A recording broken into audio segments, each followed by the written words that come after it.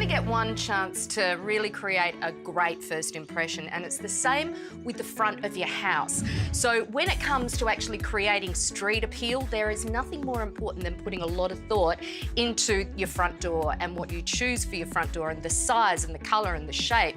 There are a lot of considerations to take into account, and I got to tell you, the owners of this particular property have turned the volume up to 11 on this one. This is of the original shape, just like a standard double door size. And previously, of course, it had the acrylic faux glass bricks, which were the side lights. They've been taken out, but they're going one step further with this door. They are actually taking each door out to 1.2 metres, incredibly wide. They're going to have two of them, which is going to take this whole entranceway to 2.4 metres. Probably one of the biggest entrances that I've personally ever seen.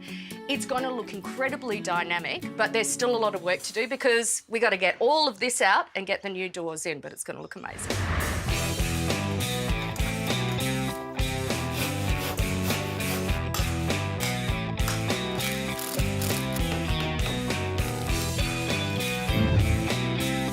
So the old doors are out and it's time to get the new ones in.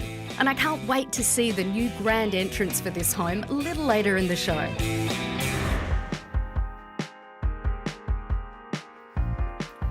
Wow. What a way to add incredible street appeal. Seriously, a beautiful set of doors. I mean, you remember the doors before.